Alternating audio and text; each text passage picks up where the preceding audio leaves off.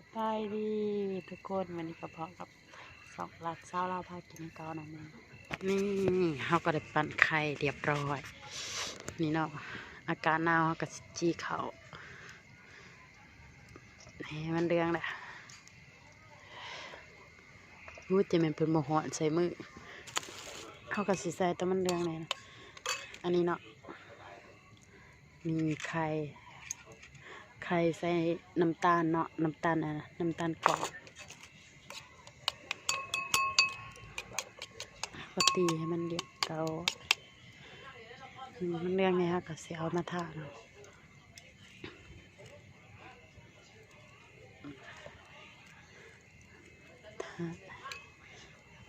บริกินได้ปีละ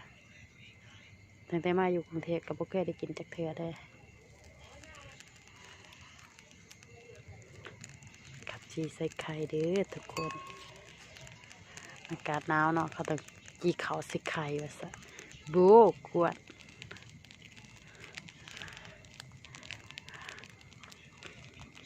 ครั้งแรกเนาะที่เห็ด ตะกี้ที่ว่าตั้งแต่อีเมลได้เห็ดอะไรกินนะหรือว่าตะกี้ตื่นมาทันเราดิเวลาเราดูไปอันนี้นะบนขจีนะบนขจีบ้านพระเกษตรจีไปใส่บาตรเยอะครั้งแรกคือกันเด้อถาเบิงเด้อว่าสิเป็นจังใด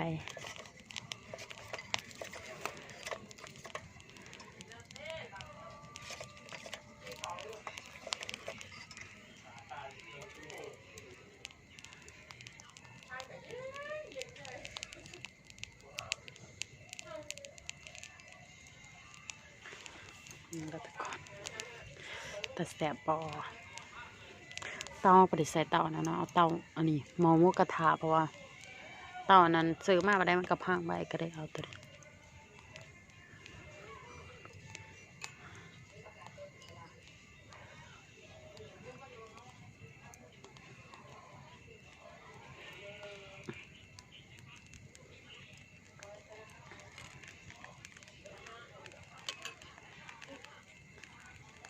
อันเนี้ยมันทานบ่ค่อยนี่อย่ามันบ่สุกก็เสียผ้าหมองห่มไปก่อนให้มันเดืองเดี๋ยวเรามาเบิ่งกันอีกทีหนึงครับเดี๋ยวเรามาเบิ่ง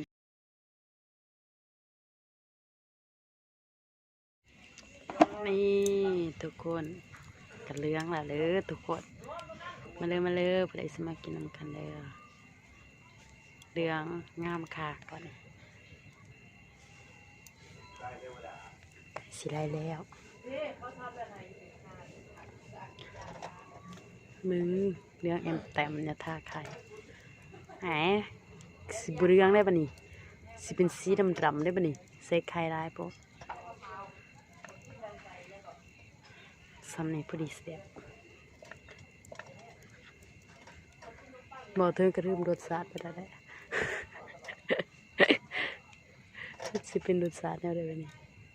แต่ก็เป็นแต่เสียบเหลืองครับสีมือผู้ใด